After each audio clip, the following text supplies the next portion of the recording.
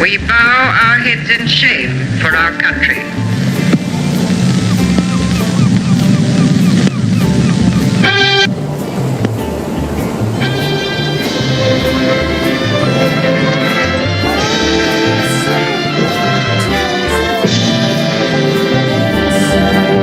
CBS reports sabotage in South Africa is brought to you by Bristol Myers, makers of Bufferin, the modern drug for pain with special ingredients for timely headache pain relief. Bufferin. Pain. We bow our heads in shame for our country.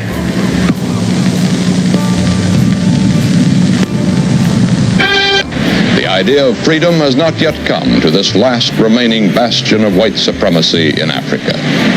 This vastly endowed land at the foot of the continent, where the Indian and Atlantic Oceans meet, has determined that white domination shall prevail, no matter what the cost to 12 million non-whites.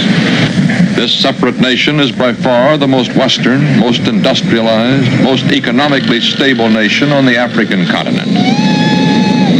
Johannesburg, there are separate entrances for the two colors. Inside are separate writing desks and pay telephones. There is a white bus station and a non-white bus station. There are railway cars for whites and coaches for blacks. When he left South Africa, he quoted from an Alan Paton book in which a young African native says, "I have one great fear in my heart, that when they are turned to loving, we shall be turned to hating."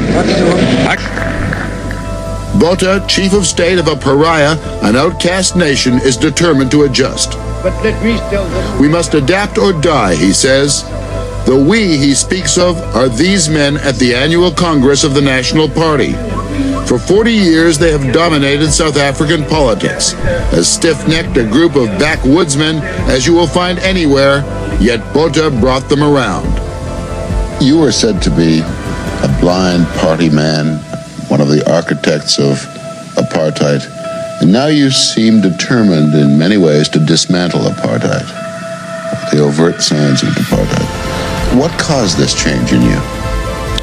In the first instance, let us just understand each other on what is meant by apartheid. If apartheid, which is an Afrikaans word for separateness, and there's no hate element in it, if that means, in the words of the international community, that it is a way of life to deny others their normal human rights, then I reject it.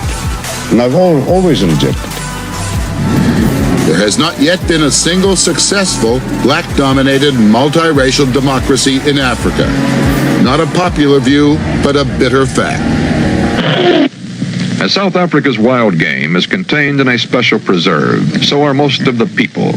And the word is apartheid, a separateness for 10 million African Bantus or black people, 1.5 million coloreds or mixed bloods, and 1/2 million Asians, mostly Indians, a total of 12 million non-whites, whose compounds, separate and apart from the 3 million whites, range from lush highlands of the Transvaal to the prosperous cities of Johannesburg and Cape Town. It means this, that people are different to one another. They have been so created. It's an inescapable fact. They have different ways of life, different definitions of happiness, different desires, hopes, fears, ambitions.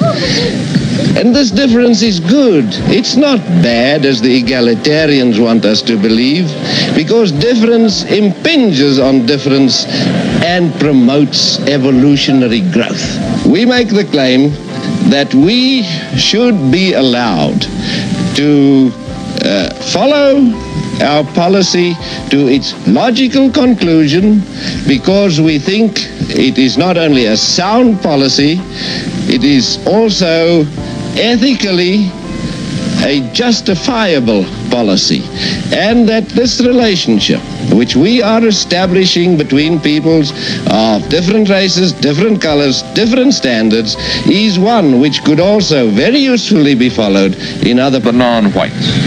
Some live in squalor alongside rubbish heaps in Johannesburg. Others, evicted from their settlements on farms, wander about seeking an area reserved for their color, on which they can resettle with their meager possessions. I am prepared to overthrow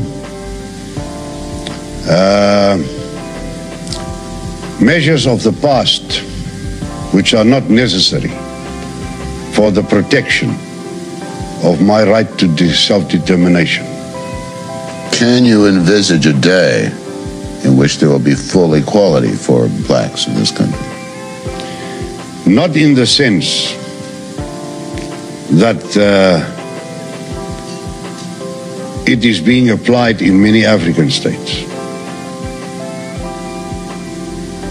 Well, that's an enigmatic answer. But in the sense, yes, that it will satisfy my conscience, I say yes.